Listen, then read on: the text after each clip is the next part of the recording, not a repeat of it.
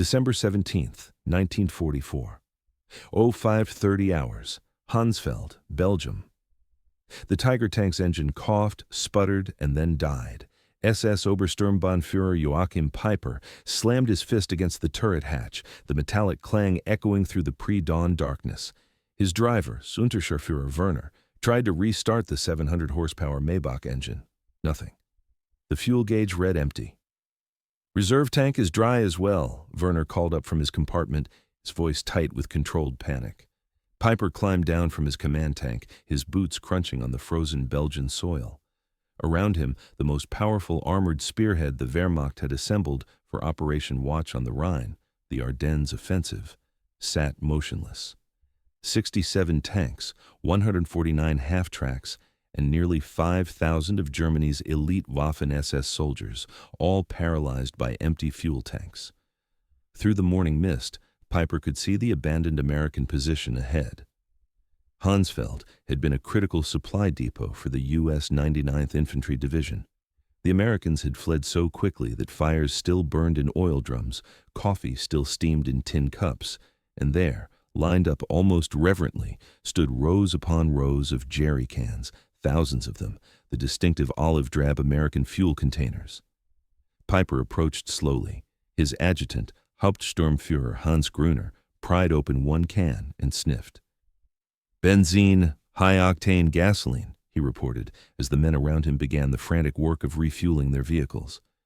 Peiper walked among the stockpile, counting. The numbers were staggering. 50,000 gallons, enough to fuel his entire Kampfgruppe for the push to the Meuse River, enough to change the course of the offensive. The Americans had abandoned more fuel in this single depot than most German divisions had seen in 6 months.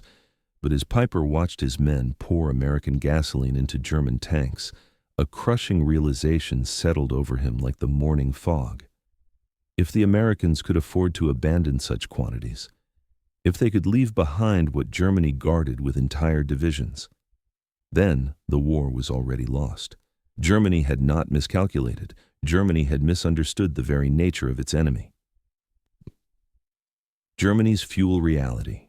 6 months before Hansfeld, in June 1944, Albert Speer, Hitler's Minister of Armaments, presented a report that should have ended all major operations immediately.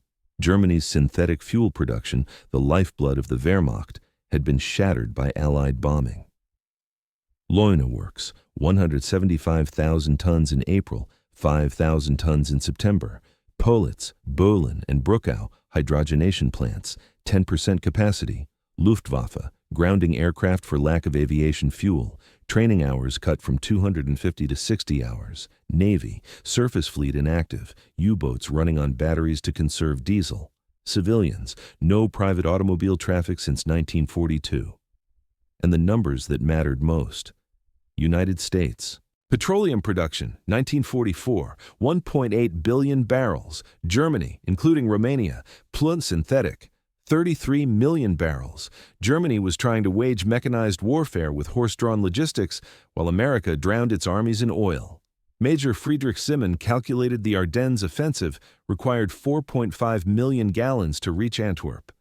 Hitler allocated 5 million, but only half arrived due to transport breakdowns. The entire offensive depended on capturing American fuel. The American side. On the morning of the attack, Captain James Rose of the U.S. 733rd Tank Battalion wrote in his diary, "Received fuel resupply, 8,000 gallons, third delivery this week, storage tanks already full." This was the contrast. Germans counted liters.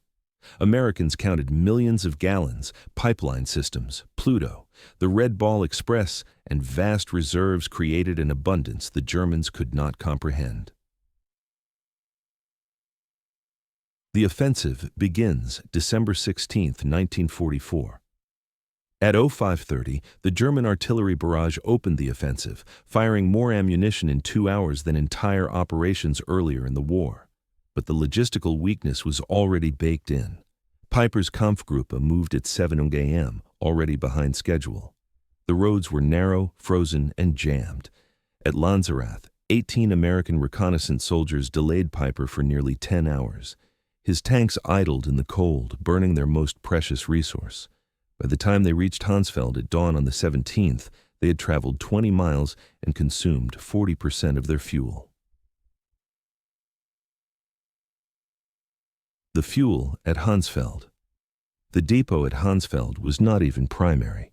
It was a temporary Class 3B depot.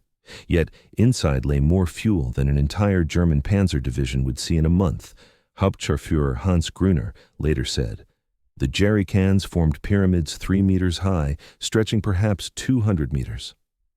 The gasoline, high-octane American aviation fuel, was too good for German engines, causing misfires in several vehicles designed for low-octane synthetic fuel. The captured shipping manifests shocked Piper and his officers.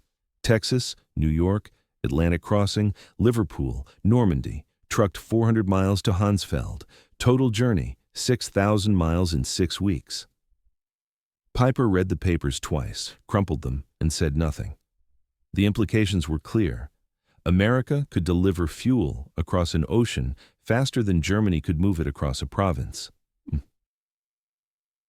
The Stavelot Fire.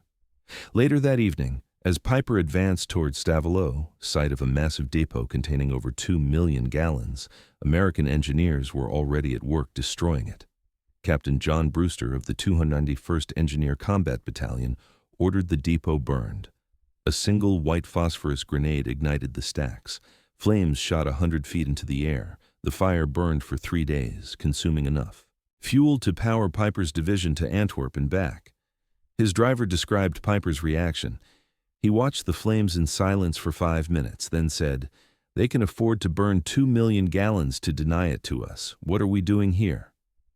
Across the Ardennes, American units destroyed 8 million gallons in the first week, more than Germany allocated for the entire offensive. The mathematical collapse. German tanks burned fuel at catastrophic rates. Tiger, 2.5 gallons per mile. Panther, 1.5 gallons per mile. Consumption increased 40% in the Ardennes terrain. By December 18th, the Germans had consumed 67,000 gallons. They had captured only 55,000. They were operating at a deficit. Meanwhile, C-47s delivered 160,000 gallons to Bastogne. American daily consumption, 7.5 million gallons. Daily deliveries, 8.2 million gallons. America built reserves while fighting. That was the end of the spearhead. By December 20th, Piper had perhaps 8,000 gallons left, enough to fight or retreat, but not both. His officers acknowledged reality. They needed 30 kilometers of fuel. The Meuse was 30 kilometers further. Impossible. On December 21st, Piper was surrounded at La Glaise. He had 4,000 gallons left. American forces surrounding him had 340,000 gallons allocated for that day alone. He abandoned his vehicles on December 23rd-24th and escaped on foot. Of 119 tanks and assault guns, 39 remained intact, but immobilized. Millions of Reichsmarks of equipment, worthless without fuel. The strategic realization word of Hansfeld, Stavelot, and American fuel abundance spread rapidly through German ranks. Field Marshal Walter Model read the captured reports twice, stunned. "They burn millions of gallons to deny us what we receive in months," he said. "We are not fighting the same war." Hitler refused to believe the numbers, calling photos of Stavelot Hollywood tricks. But the soldiers knew. They wrote home, "Americans burn what we would die for." Industrial warfare. By late 1944, America produced 50% of world manufacturing, a new aircraft every 5 minutes, a tank every 7 minutes, a ship every day, 67% of world oil. Axis combined, less than 2% fuel was the deciding factor. Courage, training, and tactical skill could not overcome the laws of industrial capacity. The final truth.